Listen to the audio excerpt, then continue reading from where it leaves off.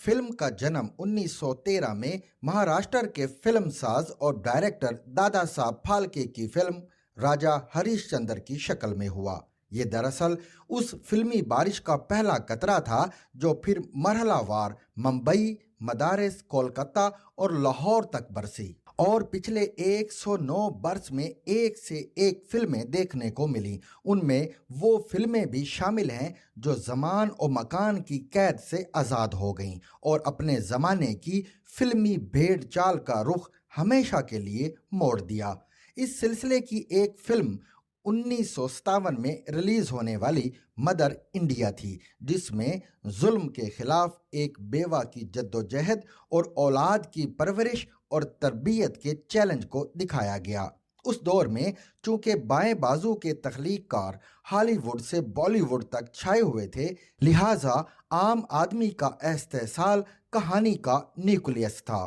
اس مرکزے کے ارد گرد بیسیوں کہانیوں کی بنت ہوئی۔ مظلوم، ہاری اور ظالم زمیندار، خون چوس فیکٹری مالک اور خون پسینہ بہانے والا مزدور، رئیس زادہ اور بے سہارا عورت وغیرہ وغیرہ۔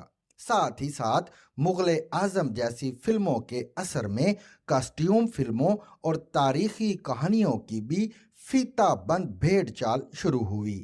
امریکی ویسٹرن فلمی کلچر کے بڑھتے ہوئے عالمی اثرات کے نتیجے میں کاؤ بوائے فلمی نظریے نے بھی جڑ پکڑنی شروع کی۔ اس اعتبار سے 1975 میں بھارت میں ریلیز ہونے والی شعلے ایک اور فلمی سنگ میل تھی۔ اس کے بعد اگلی ایک دہائی کے لیے اینگری ینگ مین کی ظلم سے نبرد آزمائی اور اس پر غلبہ حاصل کرنے کا فارمولہ ہاتھ آ گیا۔ جو تجربہ ممبئی میں ہوتا وہی لاہور میں بھی دہرایا جاتا تھا، بالکل ویسے ہی جیسے سن 60 اور 70 کی دہائی کے کئی پاکستانی مقبول فلمی نغمے، قوالیاں اور ترانے بنا کاپی رائٹ بھارتی فلم ساز بھی بنا ڈیکار سٹکنے لگے تھے۔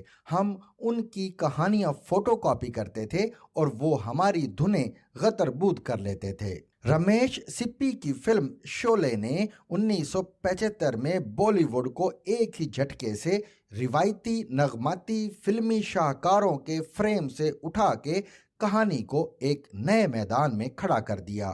کتنے آدمی تھے، بہت ناانصافی ہے، اتنا سناٹا کیوں ہے بھائی، جیسے جملے ایک پیڑھی سے دوسری پیڑھی کو تازہ لفظیات کی مالا میں پروتے چلے گئے۔ شعلے کی ریلیز کے سال میں ہی پاکستانی سینما کو احمد ندیم قاسمی کے افسانے گنڈاسا نے وحشی جٹ کے فلمی روپ میں ہلکا سا جھنجھوڑا، اور پھر اسی وحشی جٹ کے ہیرو مولا یعنی سلطان راہی نے 4 برس بعد مولا جٹ کا روپ بدلا اور پاکستانی فلم انڈسٹری میں فوٹو کاپی رومانس اور ایک تھا ہیرو اور ایک تھا ولن کی جگہ گنڈاسا کلچر متعارف کروا دیا۔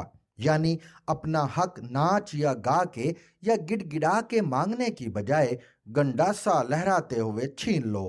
ناموافق حالات اور ظلم کی ایسی تیسی۔ فروری 1979 میں 11.25 لاکھ روپے میں بنائی گئی مولا جٹ نے سرحد پار شعلے کی طرح پاکستان میں کامیابی کے اگلے پچھلے سارے ریکارڈ توڑ ڈالے، اور اس کی ریلیز کے 2.5 مہینے بعد جب ضیاء الحق نے ذوالفقار علی بھٹو کو پھانسی دی تو بقول فلم ساز سرور بھٹی لوگوں کو مولا جٹ کے ہیرو سلطان راہی کے ڈائلاگ "مولے نو مولا نہ مارے تو مولا مر نہیں سکتا" میں بھٹو کی روح نظر آنے لگی، اور ولن نوری نت نے جب مکارانہ طنز استعمال کرتے ہوئے کہا "نواں آیا ہے سونیا" تو پبلک کو اس لائن میں ضیاء الحق دکھائی دینے لگا۔ مارشل لا سرکار کے کسی نے کان بھرے اور 3 بار مولا جٹ کی نمائش کو روکا گیا، 2 بار عدالت سے اسے سٹے مل گیا، اور دوسری بار فلم ساز کو